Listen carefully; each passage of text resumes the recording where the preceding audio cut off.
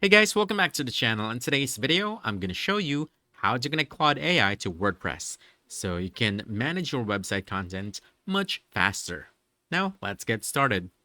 So first, go ahead and open Claude and log into your account. From here, you want to click on this plus icon. And under connectors, you want to choose add connector.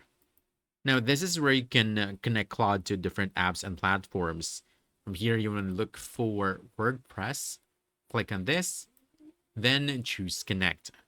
And once you do that, you'll be asked to sign into your WordPress account and approve the permissions so Claude can access your site, posts, and content.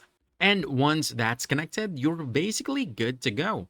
Now, instead of manually writing or editing everything in WordPress, you can just ask Claude. For example, you can say, create a new blog post about your latest update, or summarize this article and rewrite it in a more engaging tone. And Claude will generate content you can use right away.